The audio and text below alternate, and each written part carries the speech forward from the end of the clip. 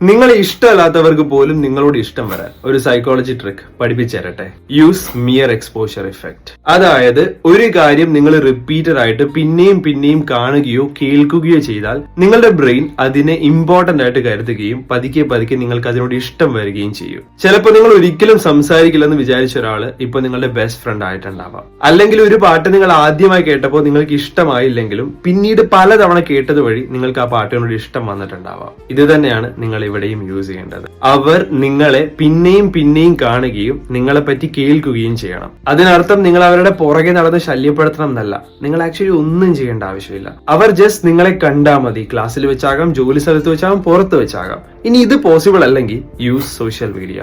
Regular ആയി ഇടുന്ന story വഴിയോ പോസ്റ്റ് വഴിയോ അവർ നിങ്ങളെ കണ്ടാലും മതി. അങ്ങനെ റിപ്പീറ്റഡ് ആയിട്ട് അവർ നിങ്ങളെ കാണുമ്പോൾ, നിങ്ങളെ പറ്റി കേൾക്കുമ്പോൾ നിങ്ങൾ അവർക്ക് ഫെമിലിയർ ആകും. And familiarity brings connection. പക്ഷെ ഒരു കാര്യമുണ്ട്, നിങ്ങളിടുന്ന സ്റ്റാറ്റസും പോസ്റ്റൊക്കെ ശോക പാട്ടൊക്കെ വെച്ച് വളരെ നെഗറ്റീവ് ആയിട്ടുള്ളതാണെങ്കിൽ അത് വർക്ക് ആവില്ല. ബാക്കി ഞാൻ അടുത്ത വീഡിയോയിൽ പറയാം. എന്തായാലും ഫോളോ ചെയ്തേക്ക്. ബൈ.